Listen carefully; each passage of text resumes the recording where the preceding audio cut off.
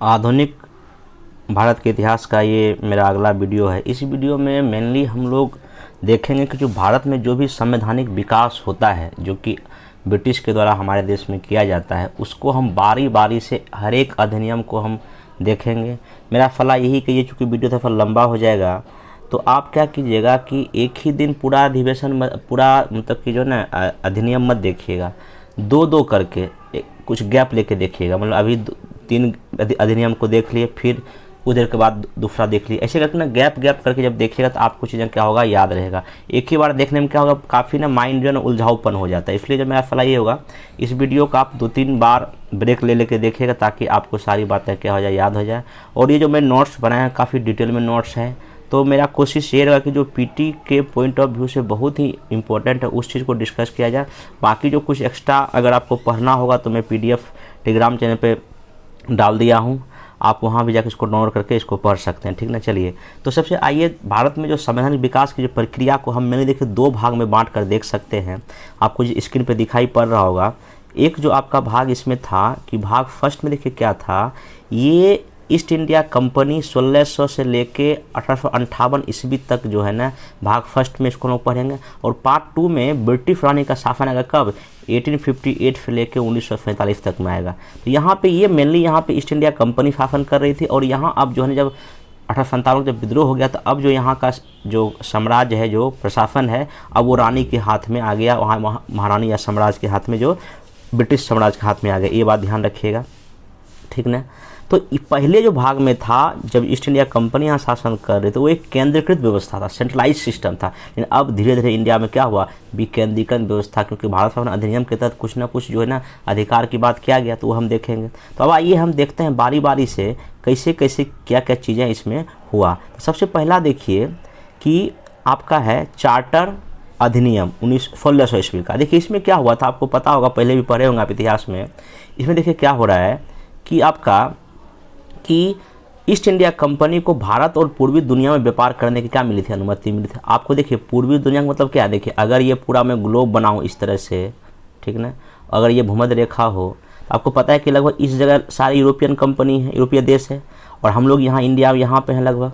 तो अगर कोई भी, तो इसका मतलब क्या हुआ कि हमारे कंपेयर वो वेस्ट में है, पश्चिम में है, और उसके कंपेयर में हम लोग कहाँ हैं, भारत कहाँ, ईस्ट में। इसलिए इसको ईस्ट इंडिया कंपनी भी कहा गया। तो ईस्ट इंडिया कंपनी को भारत और पूर्वी दुनिया में व्यापार करने की अनुमति दी थी, ठीक ना। और ये अनुमति दी किसने थी, ये भी एग्जाम में पूछता है। उसमें रानी कौन थी, महारानी एलिजाबेथ प्रथम ने 15 वर्षों की अनुमति दी थी। बाद में इसको आगे के समय के लिए क्या कर दिया गया था, बढ़ा दिया गया था, ठीक ना। कंपनी का शासन चलाने के लिए एक परिषद बनाई गई थी, ये भी ध्यान रखिएगा, जिसका प्रमुख गवर्नर होता था, ठीक ना। और कंपनी के उस समय 24 डायरेक्टर थे, ध्यान। और एक निजी कंपनी थी, ईस्ट इंडिया कंपनी जो ब्रिटिश की थी वो एक निजी कंपनी थी, आप ये ध्यान रखिएगा। उसके बाद देखिए आगे 1726 में एक और चार्टर अधिनियम आया। इसके तहत कलकत्ता, मद्रास, बॉम्बे के गवर्नर को विधि बनाने की शक्ति दे दी। मतलब अपने लिए आप ये कानून या विधि क्या कर सकते, बना सकती है। इसके पहले यह कार्य बोर्ड ऑफ डायरेक्टर करता था, जो विधि कानून कुछ भी अगर बनाना होता था उस कंपनी के लिए, तो कौन बनाता था, बोर्ड ऑफ डायरेक्टर बनाते थे। लेकिन अब जो है ना ये यहाँ के गवर्नर बनाना क्या कर दिया, शुरू कर दिया। आगे देखिए, ये देखिए 1773 का रेगुलेटिंग एक्ट बहुत ही इंपॉर्टेंट है। देखिए आपको पता है कि 1774 आते थे, क्या क्या इंडिया में हो चुका है, प्लासी का युद्ध हो चुका है, बक्सर का युद्ध अंग्रेज जीत चुका है। अब इसका थोड़ा बहुत साम्राज्य विस्तार यहाँ हो गया है। तो अब इस समय का इंग्लैंड का पीएम कौन था, लॉर्ड नॉर्थ। कौन था, लॉर्ड नॉर्थ। अब देखिए ये आखिर एक्ट क्यों आया, ये भी थोड़ा बेसिक बात जान लीजिए, क्योंकि थोड़ा सा बेसिक पढ़ा देता हूँ। देखिए ये आया क्यों, देखिए आपको पता है कि इस समय तक ईस्ट इंडिया कंपनी जो है ना प्लासी का युद्ध पूरा जीत चुका था, बक्सर भी जीत चुका था, और कंपनी जो ये सब 2 युद्ध जीत के काफ़ी पावरफुल हो गई थी। तो कंपनी की बढ़ती शक्ति से ब्रिटिश की जो वहाँ संसद जो थी, पार्लियामेंट, वो चिंता इनकी बढ़ने लगी। और एक अन्य कारण ये था कि ईस्ट इंडिया कंपनी के द्वारा ब्रिटिश सरकार से ऋण मांगा गया। मतलब कि कंपनी ने कहा ब्रिटिश साम्राज्य से, वहाँ की संसद से, कि हमको लोन चाहिए ताकि हम और अपना विस्तार कर सकें। तो अब देखिए इस 1773 के रेगुलेटिंग एक्ट में क्या क्या प्रावधान किया गया। पहला प्रावधान तो यही किया गया, आप इसको देख, जब मैं पॉइंट वाइज लिख दिया हूँ, इसके द्वारा पहली बार ईस्ट इंडिया कंपनी पर ब्रिटिश संसद का कंट्रोल थोड़ा शुरू हुआ, क्योंकि भारत में सभी कार्यों की जानकारी अब संसद में देना क्या था, अनिवार्य था। तो ईस्ट इंडिया कंपनी अब क्या करेगी नहीं करेगी ये सब जानकारी आपको कहाँ देना था, आपको पार्लियामेंट में देना था। कहाँ पार्लियामेंट में? ब्रिटिश पार्लियामेंट में। आगे देखिए इसमें क्या क्या, बंगाल का जो गवर्नर था अब उसको क्या कर दिया गया, गवर्नर जनरल बना दिया गया। ये भी ध्यान रख सकते हैं, मतलब गवर्नर जनरल बंगाल हो गया। इसके सहयोग के लिए, हेल्प के लिए और उस पर कंट्रोल करने के लिए, किस पर, ये जो गवर्नर है उस पर कंट्रोल करने के लिए 4 सदस्यीय परिषद का क्या किया गया, गठन किया गया। ध्यान रखिएगा, इसका मतलब सब कितने मेंबर हो गए, 4 तो सदस्य हो गया और ये खुद कौन हो गया, गवर्नर जनरल हो गया। अब 5 लोग हो गए, ठीक है। ये गवर्नर जनरल ऑफ बंगाल के परिषद में, आप ध्यान रखिएगा। परिषद में अगर कोई भी निर्णय लिया जाता था तो शुरुआती दौर में बहुमत से लिया जाता था, तथा परिषद का निर्णय गवर्नर को मानना क्या था, अनिवार्य था। मतलब गवर्नर जो परिषद के निर्णय को इन्हीं के कहता था हम नहीं मानेंगे, ऐसा गवर्नर को कहने का शक्ति नहीं था, ठीक ना। आगे देखिए मद्रास और बॉम्बे के गवर्नर को कहा गया कि वे ब्रिटिश संसद को क्या करें, रिपोर्ट करें। ये देखिए बंगाल का कहानी है और ये इधर मद्रास और कहाँ का है, बॉम्बे का। आगे देखिए इसी एक्ट में क्या हुआ कि कलकत्ता में एक उच्चतम न्यायालय की क्या हुई थी, स्थापना हुई थी, आप ये देख सकते हैं। और ये कब, 1774 में स्थापना हुई थी। इसमें 4 न्यायाधीश थे, नियुक्ति ब्रिटिश सरकार ने किया था। मुख्य न्यायाधीश कौन थे, एलिया इम्पे था और 3 मेंबर थे, चैम्बर्स, लिमेस्टर और हाइडे, नाम याद रखिएगा। इस न्यायालय का कार्य ब्रिटिश विधि से कार्य करना था। इस कोर्ट के पास गवर्नर जनरल को अपनी विधि या कानून को पंजीकृत करना होता, मतलब जो भी अगर यहाँ गवर्नर जनरल कोई भी कानून बनाएगा तो इस यहाँ पर इसको रजिस्टर करना पड़ता था। सुप्रीम कोर्ट गवर्नर जनरल के बाहर थी, सुप्रीम कोर्ट जो थी गवर्नर जनरल के बाहर थी, बल्कि गवर्नर जनरल की सुनवाई भी कर सकते थे, ठीक नहीं, ध्यान रखिएगा, ये ध्यान रखिएगा। तो सुप्रीम कोर्ट अलग था गवर्नर जनरल से, और गवर्नर जनरल का कोई मामला ये भी देख सकता था, कौन, सुप्रीम कोर्ट। आगे देखिए ये तो आपका ये इसमें में क्या हुआ, जब ये एक्ट लागू हुआ, देखिए क्या क्या हुआ, गवर्नर जनरल सारी सूचनाएं ब्रिटिश संसद को नहीं भेजती थी, ठीक ना। परिषद में निर्णय बहुमत में लेने में के कारण में बहुत तरह की कठिनाइयां हो गया। गवर्नर जनरल चाहकर भी कोई बड़ा कदम उठा नहीं पाता था, इसलिए कोर्ट और गवर्नर जनरल के बीच में टकराव बढ़ा, सुप्रीम कोर्ट और गवर्नर जनरल में टकराव बढ़ा। आगे देखिए क्या हुआ, इस समस्या को देखते हुए 1781 में ना इसमें संशोधन किया गया। क्या किया गया, संशोधन किया गया। और संशोधन के द्वारा जो है ना क्या क्या चेंज किया गया, सुप्रीम कोर्ट गवर्नर जनरल के मामले में हस्तक्षेप करना बंद कर दिया, और सुप्रीम कोर्ट अपने निर्णय में भारतीय धार्मिक, सामाजिक और रीति रिवाजों का ध्यान रखेगा, ये बात इसमें कहा गया था 1781 के संशोधन एक्ट में। अगला सबसे मोस्ट इंपॉर्टेंट आपका है पिट्स इंडिया एक्ट। एग्जाम में कई बार पूछ चुका है, पिट्स इंडिया एक्ट कब आया था, 1774 में आया था। ध्यान रखिएगा क्यों आया, ईस्ट इंडिया कंपनी मराठा युद्ध के कारण वित्तीय कठिनाई बढ़ गया था, 10 लाख पाउंड का ऋण मांगा ईस्ट इंडिया कंपनी ने, कहाँ से, ब्रिटिश की संसद से। और इस समय का प्रधानमंत्री कौन था, पिट, इंग्लैंड का प्रधानमंत्री था, इसलिए इसको पिट्स इंडिया एक्ट भी कहा जाता है। प्रावधान देखिए मेनली क्या था, मेन में पॉइंट याद रखिए, कंपनी के व्यापारिक और राजनीतिक कार्य अलग कर दिया गया। अब व्यापारिक और राजनीतिक कार्य अलग हो गया। ईस्ट इंडिया कंपनी के लंदन स्थित प्रशासन में नियम देखो क्या क्या चेंज हुआ, ये इंपॉर्टेंट है।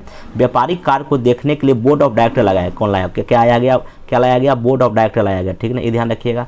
और राजनीतिक कार्य को देखने के लिए बोर्ड ऑफ कंट्रोल लाया गया, ये बहुत इंपॉर्टेंट है। और यहीं से जो है द्वैत शासन, मतलब क्या, ये कंपनी का द्वैत शासन है, बंगाल का द्वैत शासन नहीं, बंगाल का द्वैत शासन तो 1665 में अलग चीज़ है, ये कंपनी का द्वैत शासन है, आप ये ध्यान रखिएगा, ठीक ना, ये ध्यान रखिएगा। अब यहाँ देखिए बोर्ड ऑफ कंट्रोल में 6 मेंबर थे, ध्यान रखिएगा, ठीक ना। और इसकी नियुक्ति कौन करता है, सम्राट द्वारा की जाती थी, ये भी बात आप ध्यान में रख सकते हैं। आगे देखिए ये तो हुआ इंग्लैंड में चेंज, पर इंडिया में क्या क्या चेंज हुआ, इस पिट्स इंडिया एक्ट के तहत गवर्नर जनरल की परिषद में संख्या 4 से घटाकर 3 कर 1 हटा दिया गया, अर्थात अब 3 + 1 4 रह गया, पहले 5 था, अब कितना हो गया, 4 हो गया।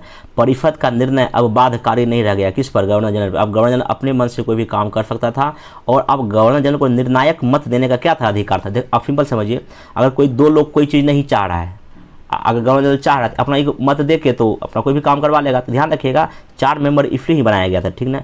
और बम्बई और मद्रास प्रेसिडेंसी को भी इसी गवर्नर जनरल और परिषद के अधीन कर दिया गया, ये किसका था, पिट्स इंडिया एक्ट के तहत, ध्यान रखिएगा ये बात, चलिए ठीक ना। अब देखिए यहाँ पे आगे क्या हुआ, 1793 का चार्टर एक्ट आया, गवर्नर जनरल को अत्यधिक शक्तिशाली और बनाया गया, क्योंकि देखिए इसमें लॉर्ड कॉर्नवालिस आ रहा था, और लॉर्ड कॉर्नवालिस सिंपल ये बोल के आया था वहाँ से कि हम तभी जाएंगे जब हमको और भी कई अधिकार दिए जाएंगे, हमारे निर्णय में कोई रुकावट ना डाले, तभी हम इंडिया जाएंगे। तो इसलिए इस चार्टर एक्ट आया था, ठीक है, खासकर कॉर्नवालिस के लिए आया था। प्रावधान क्या था, कंपनी का व्यापारिक अधिकार 20 वर्षों के लिए बढ़ा दिया गया। अपनी परिषद के निर्णय को रद्द करने की शक्ति किसको दे दिया गया, गवर्नर जनरल को, मतलब अपनी परिषद जो निर्णय लिया ये गवर्नर जनरल उसको रद्द कर सकता था, ये ध्यान रखिएगा। अब आइए 1813 का चार्टर, एक बहुत ही इंपॉर्टेंट है एग्जाम के पॉइंट ऑफ व्यू से। देखिए इसमें क्या किया गया, जब 20 साल जब पूरा हो गया तो अब क्या हो गया, कंपनी के शासन को 20 साल के लिए बढ़ा दिया। पहला प्रावधान क्या था, कंपनी के शासन को जो है ना कितने दिन के लिए बढ़ा दिया गया, 20 साल के लिए जो है इसमें आपका बढ़ा दिया गया। देख सकते हैं एग्जाम में कई बार पूछ चुका है। इसलिए कंपनी का व्यापारिक अधिकार समाप्त कर दिया गया, व्यापारिक अधिकार समाप्त कर दिया गया व्यापार का। अब और भी ब्रिटिश भी लोग या निजी लोग भी वहाँ से आके इंडिया क्या कर व्यापार कर सकता है, इसका मतलब यही हुआ। सिर्फ कुछ सीमाओं के अधीन सभी ब्रिटिश नागरिक के लिए भारत के साथ व्यापार खोल दिया गया और शिक्षा के लिए प्रतिवर्ष 1 लाख रुपये का खर्च का क्या किया गया, प्रावधान किया गया इस एक्ट में। ये भी इंपॉर्टेंट है, एग्जाम में पूछ चुका है, ठीक ना। और यहीं पर धर्म प्रचार करने के लिए पादरियों को परमिशन भी दिया गया। अगला है 1833 का चार्टर, एक बहुत ही इंपॉर्टेंट है। इसमें क्या हुआ, इस समय इंग्लैंड में औद्योगिक क्रांति काफ़ी धूम मचा रही थी, उत्पादन काफ़ी बढ़ गया। अब इंग्लैंड के व्यापारियों को निर्यात की आवश्यकता थी, अपना बना हुआ माल किसी और देश में जाकर बेच सके। और यहाँ पे जो है ना इंग्लैंड की जो सरकार, इंग्लैंड में जो जिस पार्टी की सरकार थी, उदारवादी सरकार थी, तब इसने 1833 का एक चार्टर एक्ट लाया। उसमें देखो क्या क्या कहा गया। पहला, अगले 20 वर्ष तक कंपनी के राजनीतिक अधिकार से बढ़ा दिया गया। व्यापारिक अधिकार तो पहले ही खत्म कर दिया गया था, लेकिन अब राजनीतिक अधिकार अभी भी कंपनी का था, अर्थात सिर्फ शासन करेगा, परंतु व्यापारिक अधिकार पूरी तरह खत्म कर दिया गया, ध्यान रखिएगा। और बंगाल के गवर्नर जनरल अब भारत का क्या बन गया, गवर्नर जनरल, ये ध्यान रखिए। कौन सा, 1833 के एक्ट में, ये भी इंपॉर्टेंट है। भारत का गवर्नर जनरल पूरे भारत के लिए कानून बना सकता था तथा बम्बई और मद्रास से कानून बनाने का अधिकार भी वापस ले लिया गया। आप सब यही रख लिया, ठीक ना। गवर्नर जनरल के विधायी और कार्यकारी शक्तियों का अलग कर दिया, मतलब कि कानून बनाने का काम और उस जो कानून बनेगा उसको लागू करने का काम, पावर क्या कर दिया गया, अलग कर दिया गया। और सदस्यों की संख्या में एक और लोग जोड़ा गया, उसका नाम था विधि सदस्य। और पहले विधि सदस्य कौन थे, लॉर्ड मैकाले। ये भी एग्जाम में क्वेश्चन पूछा, आपको देख लीजिएगा। अब देखिए सब मिला के जो है ना हो गई कितना, एक विधि मेंबर जुड़ने से 5 सदस्य बन गया। क्या बन गया, 4 तो पहले ही थे, एक 5 हो गया। तो अब देखिए 2 चीज़ देख लीजिए यहाँ पे। कार्यपालिका का काम कब करता था, जब गवर्नर जनरल एक तो होता था और 3 जो मेंबर थे, जब वो चारों मिलके सिर्फ काम लागू करने का काम करता था। और जब गवर्नर जनरल और फिर एक सदस्य जो ये जो है आपका विधि मंत्री, जब ये लोग जब होता था, ये विधायी शक्ति का क्या करता था, काम करता है। ये ध्यान रखिएगा आप, ठीक ना। चलिए 2 काम में बांट गया, आप इतना ध्यान रखिएगा। आगे देखिए इसमें क्या हुआ कि हाँ, ये सबसे मोस्ट इंपॉर्टेंट, इसी अधिनियम के तहत जो है ना कंपनी के अधीन पद धारण करने वाले किसी भी व्यक्ति को धर्म, जन्मस्थान, मूल वंश, रंग के आधार पर भेदभाव नहीं किया जाएगा, ये भी बात कहा गया। और दास प्रथा का उन्मूलन कर दिया गया इसी एक्ट के तहत। लेकिन इंडिया में फाइनली 1843 में ये चीज़ लागू हुआ था, ध्यान रखिएगा। दास प्रथा का उन्मूलन का बात किस एक्ट के थ्रू कहा गया है, 1833 के चार्टर एक्ट से। ये बहुत इंपॉर्टेंट बात है, ध्यान रखिए। अगला आइए 20 साल बाद फिर देखिए अब आया 1853 का चार्टर एक्ट। इसमें क्या हुआ, कंपनी का राजनीतिक और प्रशासनिक अधिकार अब तक बढ़ा दिया गया, तब तक बढ़ा दिया गया जब तक फनफद ना, मतलब कि आगे अनंत काल के लिए बढ़ा देगा, आगे फिर खत्म हो जाएगा 5 साल के बाद। बोर्ड ऑफ डायरेक्टर के सदस्य की संख्या 6 कम कर दी गई, पहले 24 था, 18 कर दिया गया, ठीक ना। 18 में से 6 सदस्यों को ब्रिटिश क्राउन नियुक्त करता था, बाकी की नियुक्ति बोर्ड ऑफ डायरेक्टर नहीं बल्कि एक खुली प्रतियोगिता के द्वारा होने लगा। अब यहाँ एग्जाम हो गया। इसके लिए 1854 में भारतीय सिविल सेवा के संबंध में मैकाले समिति का गठन हुआ। ये भी क्वेश्चन पूछा है कि भारत में जो सिविल सेवा का जो शुरुआत जो है किस समिति के आधार पर किया गया, तो देखिए समिति था मैकाले, ध्यान रखिएगा, ठीक ना। हालांकि सिविल सेवा का जनक कौन था, लॉर्ड कॉर्नवालिस था, ये अलग बात है, ठीक है, ध्यान रखिएगा। तो अब यहाँ पे जो है ना भारत में जो है आगे देखिए इसमें क्या क्या घटनाक्रम होगा कि हाँ, भारत में जो कार्यकारी परिषद था और विधान संबंधी जो कार्यों को पूर्णतः पहले भी अलग कर दिया गया था, यहाँ भी पूरी तरह और अच्छे से उसको क्या कर दिया गया, डिफाइन कर दिया गया, सेपरेट कर दिया गया। अब देखिए यहाँ क्या हुआ, कार्यकारी परिषद मतलब जो कानून को लागू करता था उसका विस्तार किया गया। इसमें 6 और एक्स्ट्रा मेंबर क्या किया गया, जोड़ा गया। और इसी को पहले 4 थे, अब 6 हो गए, अब ये 10 हो गया। इसी को विधान परिषद कहा गया, ठीक ना। और इसका मेनली काम क्या था, तो ये विधान परिषद बन गया, ठीक है, ध्यान रखिएगा। आगे चलिए अब 1858 का भारत शासन अधिनियम आया। देखिए इस समय देखिए क्या क्या कहानी था, आपको पता है कि क्रांति हो चुका था। कौन था प्रधानमंत्री, पार्मस्टन था पीएम, ठीक है। बाद में कौन, लॉर्ड डर्बी बन गया था। और महारानी कौन थी, विक्टोरिया थी, आप ध्यान रखिएगा, ठीक ना। चलिए जब 1857 जब क्रांति हुआ तो उस समय इंग्लैंड के पीएम पार्मस्टन थे। क्रांति के बाद बदल गया, वहाँ का पीएम लॉर्ड डर्बी हो गया। और महारानी कौन थी, विक्टोरिया, आप ध्यान में रखिएगा। नेक्स्ट चलिए अब देखिए ये आखिर ये भारत शासन अधिनियम क्यों आया, इसके पीछे यहीं से विकेंद्रीकरण की प्रक्रिया से, उसके पहले केंद्रीकृत अधिनियम था सब। आइए, भारत में हुई 1857 के ईस्ट इंडिया कंपनी का शासन समाप्त करना जरूरी हो गया था, क्योंकि इतना बड़ा विद्रोह जब हुआ तो वहाँ के भी संसद ने सोचा यार कुछ ना कुछ तो ईस्ट इंडिया कंपनी गलती है, तब नहीं इतना बड़ा विद्रोह हुआ भारत में हुआ, इसलिए अब यहाँ पे ये एक्ट आया है। और देखिए मेन प्रावधान देखिए, ये बहुत इंपॉर्टेंट है, हर एक प्रावधान। बोर्ड ऑफ डायरेक्टर और बोर्ड ऑफ कंट्रोल को हमेशा के लिए ख़त्म कर दिया गया। पहली बात, भारत का शासन चलाने के लिए भारत राज सचिव का पद आया। यह सचिव जो है ना ब्रिटिश कैबिनेट का मेंबर होता था, अपने कार्यों के लिए ब्रिटिश संसद के प्रति उत्तरदायी होता था, ध्यान रखिएगा। इसकी सलाह के लिए एक 15 सदस्यीय परिषद का क्या किया गया, गठन किया गया, ये भी आप ध्यान में रख सकते हैं। आगे अब भारत का गवर्नर जनरल अब वायसराय हो गया, पहला था लॉर्ड कैनिंग, और ये ब्रिटिश क्राउन का क्या बन गया, प्रतिनिधि बन गया। ये बहुत इंपॉर्टेंट देख लीजिएगा। अब आइए 1861 का भारत परिषद अधिनियम। ये देखिए इसमें क्या हो रहा है, इसमें मेनली काम क्या हो रहा है कि अब वायसराय की जो कार्यकारी परिषद था उसमें एक और 5वां लोग जोड़ा गया, ठीक ना। अब सब मिला के 6 हो गया। अब यहीं से मंत्रिमंडलीय व्यवस्था शुरू हुआ इंडिया में। ये भी क्वेश्चन पूछता है कि किस एक्ट के तहत भारत में विभागीय प्रणाली की शुरुआत हुई। ये किसके तहत हुआ था, ये 1861 के तहत हुआ था, और इसका फर्क कैनिंग को जाता है, किसको जाता है, कैनिंग को जाता है। और यही मंत्रिमंडलीय व्यवस्था जो है 1946 तक जाएगा, जबकि अंतरिम सरकार का गठन होगा, ध्यान रखिए, मैं वहाँ लिंक जोड़ूंगा। चलिए अब देखिए यहीं पे 6 मंत्रालय बनाया गया था, गृह मंत्रालय, राजस्व मंत्रालय, सैन्य मंत्रालय, कानून, वित्त और लोक, ये मंत्री 6 लोग इसमें थे, ठीक है, ध्यान रखिएगा।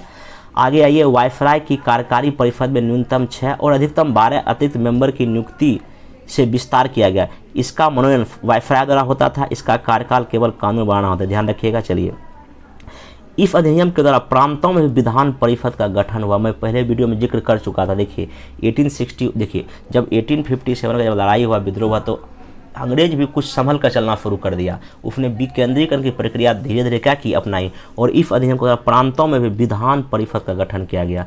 बंगाल में, उत्तर पश्चिम प्रांत में, पंजाब में विधान परिषद बना, और वायसराय को अध्यादेश जारी करने की शक्ति दी गई। इसी अधिनियम के तहत पहली बार क्वेश्चन पूछेगा 2 बात, विभागीय प्रणाली कब शुरू हुआ, ये हुआ 1861 के भारत परिषद अधिनियम से ही।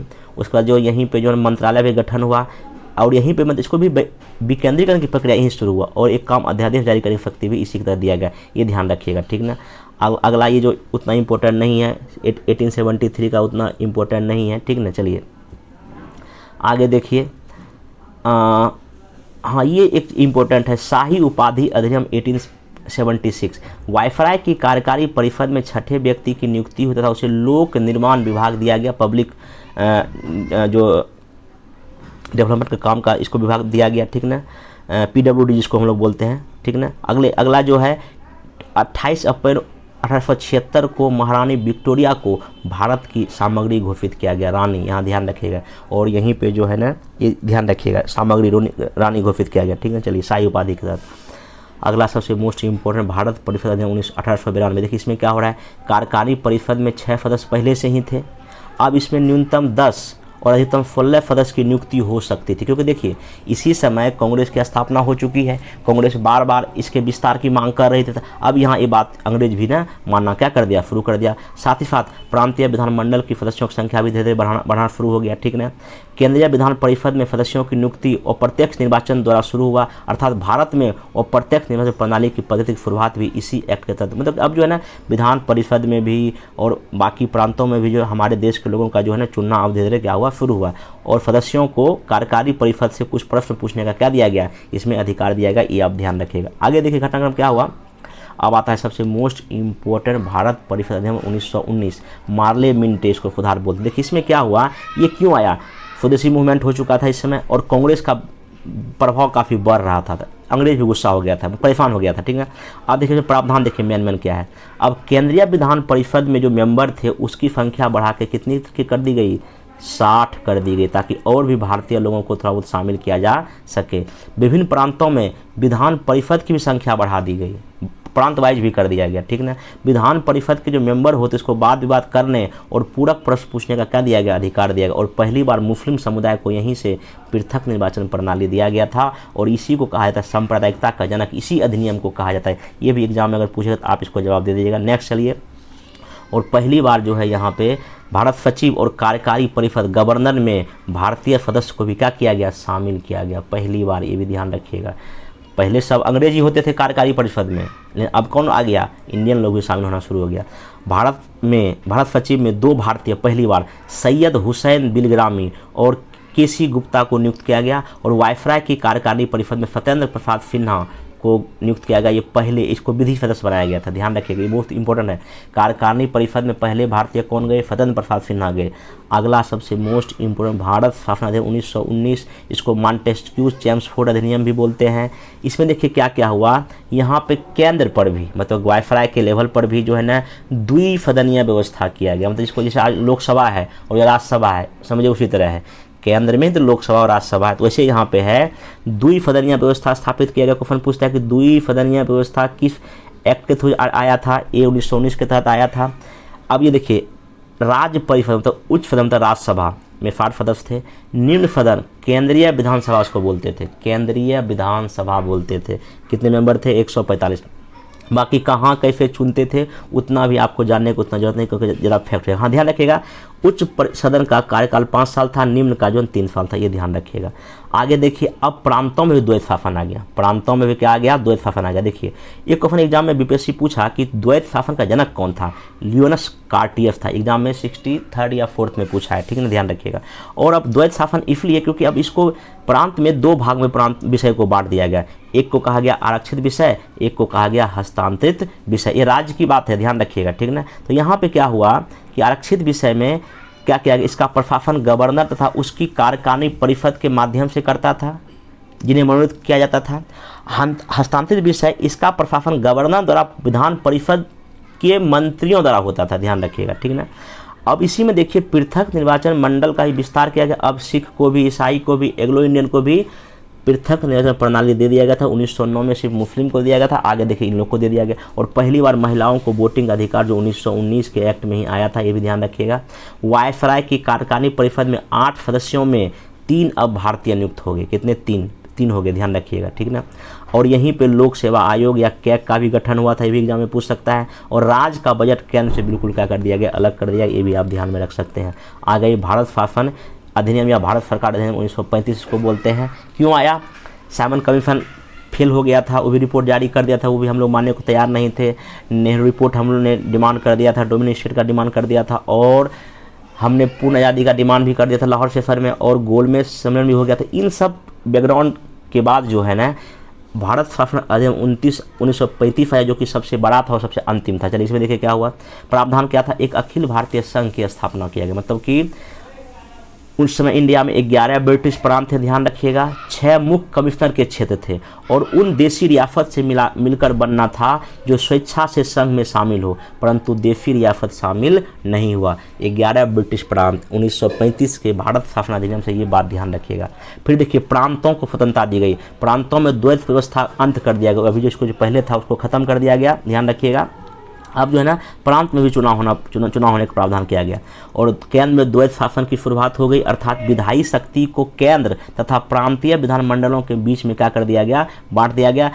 प्रांत अपना अलग कानून बनावे और केंद्र अपना अलग कानून बनाएगा, ऐसा। और यहाँ पे 3 सूची यहीं पाया, केंद्र के लिए अलग, राज्य के लिए अलग। देखिए यहाँ पे संघ सूची, राज्य सूची, समवर्ती सूची यहीं पाया। और केंद्र में द्विसदनीय विधायिका में सदस्यों की संख्या और बढ़ाई गई, लोकसभा या यूँ कहें कि राज्यसभा में मेंबर की संख्या क्या की गई, बढ़ाई गई। देखिए राज्यसभा में 260 कर दिया गया, और संघीय विधानसभा जिसको हम लोअर हाउस बोलते हैं उसमें 375 कर दिया गया। देखिए यहाँ भी वही था, जैसे कि सिंपल समझिए कि हमारे देश में राज्यसभा में कुछ लोग का चुनाव होता है और कुछ को मनोनीत किया जाता है। उस समय जो था लोकसभा और राज्यसभा दोनों में ना नामांकित सदस्य होते थे, ठीक है, ध्यान रखिएगा।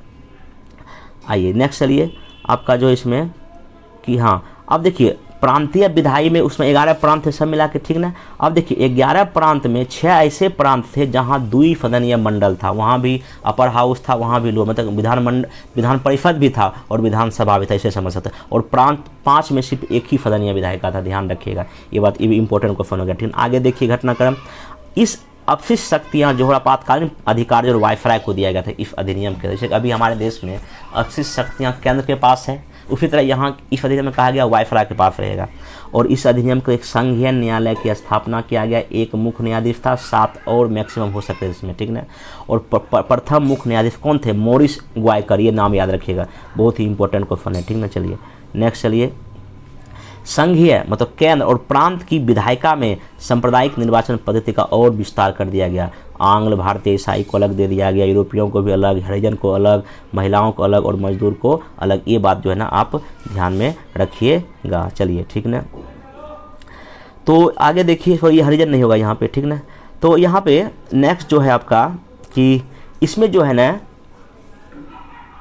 प्रस्तावना नहीं था, इसमें क्या था, प्रस्तावना नहीं था। ये बात आप जो है ना ध्यान में रखिएगा, ठीक ना। अब यहाँ पे जो है इसमें जो बर्मा को भारत से क्या कर दिया गया, अलग कर दिया गया, ये ध्यान रखिएगा।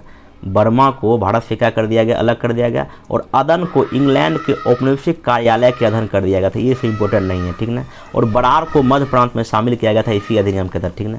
आरबीआई की स्थापना भी इसी एक्ट के तहत हुआ था। जब ये अधिनियम पारित हुआ तो इसमें देखिए एक 321 अनुच्छेद थे, 10 अनुसूची था और 14 क्या था, भाग था। सबसे बड़ा अधिनियम हमारे देश के लिए क्या था, ये था। आप ये बात ध्यान में रख सकते हैं। चलिए नेक्स्ट, चलिए अब देखिए ये तो हो गया 1935। अब हम आगे 1947 तक लेके आपको जाएंगे। देखिए अगला इसमें अगस्त प्रस्ताव। अगस्त प्रस्ताव में क्या हो रहा है, यहाँ पे देखिए 1940 में आया था, पर द्वितीय विश्व शुरू हो चुका था। इस समय जो है ना क्यों आया, वही द्वितीय विश्व युद्ध में ब्रिटेन मतलब एक तरह से हार रहा था इस समय, 1940 की बात है, ठीक ना। इसलिए भारतीयों से सहयोग प्राप्त करने के लिए 8 अगस्त 1940 को वायसराय लिनलिथगो ने यह प्रस्ताव लाया। प्रावधान क्या था, भारत को डोमिनियन स्टेट का दर्जा दिया जाएगा। देखिए अब ये क्या अभिराग अलाप रहा है इंग्लैंड वाला कि इंडिया को हम देंगे डोमिनियन स्टेट। इसकी डिमांड मांग करनी हम तो 1929 के लाहौर सेशन से ही छोड़ दिए थे। हम पूर्ण आज़ादी की मांग तो 1929 में ही किए थे। हाँ ये बात सही है, 1928 में नेहरू रिपोर्ट में हम लोग ने मतलब इंडियन ने मांग किया था कि हमको चाहिए डोमिनियन स्टेट। मतलब क्या, मतलब जैसे अभी हमारे राष्ट्रपति है, यूँ समझिए कि डोमिनियन स्टेट का सिंपल मतलब ये है कि राष्ट्रपति के रूप में वहाँ की रानी रहती है और बाकी सब कुछ मेरा होता है। जैसे कि साइन करने का काम रानी का ही होता है। तो डोमिनियन स्टेट का मांग तो हम 1929 में ही छोड़ दिए थे, लेकिन अब देखिए अगस्त 1940 में अभी भी ये कह रहा है अंग्रेज कि हम इंडिया को क्या देंगे, डोमिनियन स्टेट का दर्जा देंगे, ठीक ना। और भारतीयों को सम्मिलित कर युद्ध सलाहकार परिषद का गठन किया जाएगा, इस प्रस्ताव में कहा गया। और ये भी कहा कि हम वायसराय की कार्यकारिणी परिषद में और विस्तार करेंगे और युद्ध के पश्चात संविधान सभा का गठन किया जाएगा। अर्थात पहली बार अंग्रेज ने ये माना अगस्त प्रस्ताव में कि इंडिया का एक जो है संविधान बनेगा और वो संविधान सभा के द्वारा बनाया जाएगा। ये बात कब कहा, अगस्त प्रस्ताव 1940 में कहा गया। अगला आया क्रिस मिशन 1942। क्यों आया, अब देखिए भारत और जापान का हमला का भय था और इंग्लैंड भी कई जगह इस युद्ध में अभी भी हार रहा था, 1942 तक हारने का कगार पे था। यूएसए, रशिया आदि ने इंग्लैंड पर दबाव बनाया कि जल्दी से जल्दी भारतीयों को तुम इस युद्ध में क्या करो, सहयोग प्राप्त करो। अब मार्च 1942 में आया क्या, क्रिस मिशन, और उसमें पीएम वहाँ का कौन था, इंग्लैंड का चर्चिल था, नाम याद रखिएगा, ठीक ना। तो प्रावधान क्या था, डोमिनियन राज्य के दर्जे के साथ भारतीय संघ बनाया जाएगा, मतलब कि इसमें विदेशी रियासत को भी शामिल किया जाएगा। अभी भी देखिए डोमिनियन स्टेट का ही राग अलाप रहा है, ठीक ना। युद्ध समाप्ति के बाद संविधान सभा का चुनाव होगा, पहली बार चुनाव की बात किया गया, ठीक है, ध्यान रखिएगा। उसमें सभा बनाई जाएगी, चुनाव की बात नहीं किया गया था अगस्त प्रथम, यहाँ पहली बार चुनाव की बात किया गया, ठीक ना। ब्रिटिश सरकार संविधान सभा द्वारा बनाए गए संविधान को निम्न शर्तों के अधीन स्वीकार करेगा। बोला इन्होंने कहा कि जो संविधान सभा बनेगा निम्न कंडीशन होगा तभी हम पूरा करेंगे, हम उसको मानेंगे। पहला, संविधान जिन प्रांत को स्वीकार नहीं होगा वे भारतीय संघ से अलग हो सकेगा, जिस राज्य को पसंद नहीं हो अलग हो जाए। अलग हुए राज्य को स्वयं का अपना संविधान बनाने का क्या होगा, अधिकार। मतलब ये देखिए अंग्रेज एक तरह का चाल चल रहा है, ये किसको, जिन्ना को खुश करने के लिए, ध्यान रखिएगा। इसमें गांधी ने इसको कहा पोस्ट डेटेड चेक कहा, किसको, क्रिस मिशन को, ये बात ध्यान रखिएगा, ठीक ना। अगला ये राजगोपालचारी फार्मूला 1944 में आया। राजगोपालचारी ने कांग्रेस और मुस्लिम लीग के बीच उत्पन्न गतिरोध को दूर करने के लिए 10 जुलाई 1944 को यह फार्मूला पेश किया गया था, ठीक ना। प्रावधान क्या था कि मुस्लिम लीग और मुस्लिम लीग जो है ना भारत की स्वतंत्रता का क्या करे, समर्थन करे, इसमें बात था। प्रांत में अस्थायी सरकार की स्थापना में मुस्लिम लीग क्या करे, सहयोग करे। युद्ध के बाद उत्तर पूर्वी और उत्तर पश्चिमी भारत में जनमत संग्रह कराया जाएगा। और इसमें यह भी कहा गया था प्रतिरक्षा, वाणिज्य, संचार, आवागमन पर एक क्या होगा, संयुक्त समझौता होगा। ये बात जो है ना ये राजगोपालचारी फार्मूले में कहा गया था, क्योंकि 1944 आते आते पाकिस्तान की मांग जो है खुलकर होना शुरू हो गया था और जिन्ना की जो मुस्लिम लीग पार्टी थी वो खुलकर जो है ना पाकिस्तान के लिए एकदम अपना सब कुछ जान जी लगा चुकी थी। इसलिए यहाँ पे एक प्रयास है राजगोपालचारी के द्वारा कि अभी तत्काल आप हमारे आज़ादी के साथ दो, हम आज़ाद होने के बाद इस मामला अपना क्या करेंगे, आपस में माल बिट के सुलझा लेंगे। और इस फार्मूले को गांधी जी ने क्या किया था, समर्थन किया था, ये बात ध्यान रखिएगा। आगे चलिए, अगला आइए बेबल योजना, ये भी इंपॉर्टेंट है, जून 1945 में हुआ। देखिए इस योजना के लिए शिमला में एक मीटिंग बुलाया गया जिसमें कांग्रेस भाग लिया, मुस्लिम लीग ने भाग लिया और अन्य पार्टी ने भी क्या लिया था, भाग लिया था, ठीक ना। देखिए इसमें प्रावधान क्या था बेबल योजना में, अपवाद स्वरूप गवर्नर जनरल तथा कमांडर इन चीफ को छोड़कर गवर्नर जनरल की कार्यकारिणी के सभी सदस्य भारतीय होंगे, इसमें कहा गया। अभी तक सब ब्रिटेन लगभग होते थे, हमारे भी कुछ लोग थे, लेकिन अब कह रहा है गवर्नर को छोड़ के और कमांडर चीफ को छोड़ के सब लोग कौन होंगे, भारतीय होंगे। कार्यकारिणी में हिंदू और मुस्लिम की संख्या क्या होगी, इक्वल होगी। ये बात कहाँ कहा गया था, इस बेबल योजना में कहा गया था, ये बात आप ध्यान रखिएगा, ठीक ना। आगे चलिए, पुनर्गठित परिषद 1935 के एक्ट के ढांचे के तहत अंतरिम सरकार के रूप में कार्य करेगी। ये बात कहाँ कहा गया था, बेबल योजना में कहा गया था। नोट, मुस्लिम लीग चाहती थी कि कांग्रेस किसी भी मुस्लिम को नियुक्त ना करे, जबकि कांग्रेस ने मौलाना आज़ाद और गफ्फार खां का नाम प्रस्तावित किया, इसलिए ये बेबल योजना असफल हो गया था। जिन्ना का ये कहना था कि मुस्लिम लीग ही सिर्फ भारत के मुसलमानों का क्या करता है, प्रतिनिधित्व करता है, लेकिन कांग्रेस इस बात को मानने को तैयार नहीं थी। कौन पूछता भी है कि बेबल योजना पर बातचीत करने के लिए कांग्रेस ने किन दो नेताओं को नियुक्त किया था, मौलाना आज़ाद और अब्दुल गफ्फार खां को, ध्यान रखिएगा। अब्दुल गफ्फार खां को ही सीमांत गांधी भी कहा जाता था, ये क्वेश्चन के बार पूछा एग्जाम में। चलिए, इसलिए बेबल योजना क्या हो गया, असफल हो गया, जिन्ना मानने को तैयार ही नहीं हुआ। चलिए अगला आइए, कौन सा मिशन, कैबिनेट मिशन आएगा 1946 में आएगा। देखिए कैबिनेट मिशन 1946 में आया, 24 मार्च 1946 को भारत आया। इसमें 3 मेंबर थे, पैथिक लॉरेंस, स्टेफर्ड क्रिप्स और अलेक्जेंडर था। ये नाम पूछता है, ध्यान रखिएगा, ये बार पूछ चुका है। और कब आया, विपक्षी पूछा कब आया, विपक्षी जो पूछा ना उसमें कुछ और ऑप्शन दे दिया था, तो आप एकदम एग्जैक्ट डेट याद रखिए, ठीक है, ध्यान रखिएगा। आगे आइए, इसका मुख्य कार्य ये था कि शांतिपूर्ण ढंग से सत्ता का ट्रांसफ़र कहाँ करना, इंडिया के लोगों को करना। क्योंकि 1946 में देखिए क्या क्या हो चुका है, भारत छोड़ो आंदोलन लगभग हो चुका है। अब अंग्रेज प्रथम विश्व युद्ध, द्वितीय विश्व अंग्रेज भी जीत चुका है। अब वहाँ की सरकार इटली बन चुका है, प्रधानमंत्री इंग्लैंड में। अब वो कह दिया था कि अब आने वाले समय इंडिया को हम क्या कर देंगे, आज़ाद कर देंगे। तो इसलिए केंद्रीय मिशन भेजा गया था ताकि इंडिया को आज़ादी दिया जा सके। और मेनली इसका केंद्रीय मिशन का काम ये भी था कि इंडिया में जो है संविधान सभा बनने की प्रक्रिया क्या हो, शुरू हो। चलिए देखिए, इसमें मुख्य प्रावधान क्या था, पूर्ण पाकिस्तान के मांग को स्वीकार कर दिया, किसने, कैबिनेट मिशन ने। पहली बात, प्रांतीय विधानमंडल को 3 भाग में बांटा गया, समूह क, समूह घ, समूह ख, समूह ग, मतलब कि ABC में बांटा गया। ए में रखा गया मद्रास, बम्बई, मध्य प्रदेश, संयुक्त प्रांत, बिहार, उड़ीसा, ये हिंदू बहुल था। समूह बी में रखा गया पंजाब, उत्तर पश्चिम, सिंध को, ये मुस्लिम बहुल था। और सी में रखा गया असम और बंगाल को, ये भी किसमें, बहुल, मुस्लिम बहुल हिस्सा था। ये जो ना ब्रिटिश प्रांतीय विधानमंडल को इतने भागों में क्या किया गया था, बांटा गया था। आप ये बात ध्यान में रख सकते हैं। आगे देखिए, संविधान सभा का निर्वाचन प्रांत की विधानसभाओं के सदस्य तथा प्रांत की जनसंख्या के अकॉर्डिंग या उसके रेशियो पर अनुपातिक प्रतिनिधि प्रणाली के द्वारा किया जाएगा। मतलब जैसे कि सिंपल यूँ समझिए, जो विधानसभा के जो MLA जो मेंबर चुने गए वही संविधान सभा के मेंबर को क्या किए थे, चुने थे, ध्यान रखिएगा। और इसमें ये भी कहा था कि जो टोटल जो संविधान सभा के सदस्य होंगे वो 389 होंगे, ध्यान रखिए। ये पाकिस्तान को मिला के था, ध्यान रखिएगा।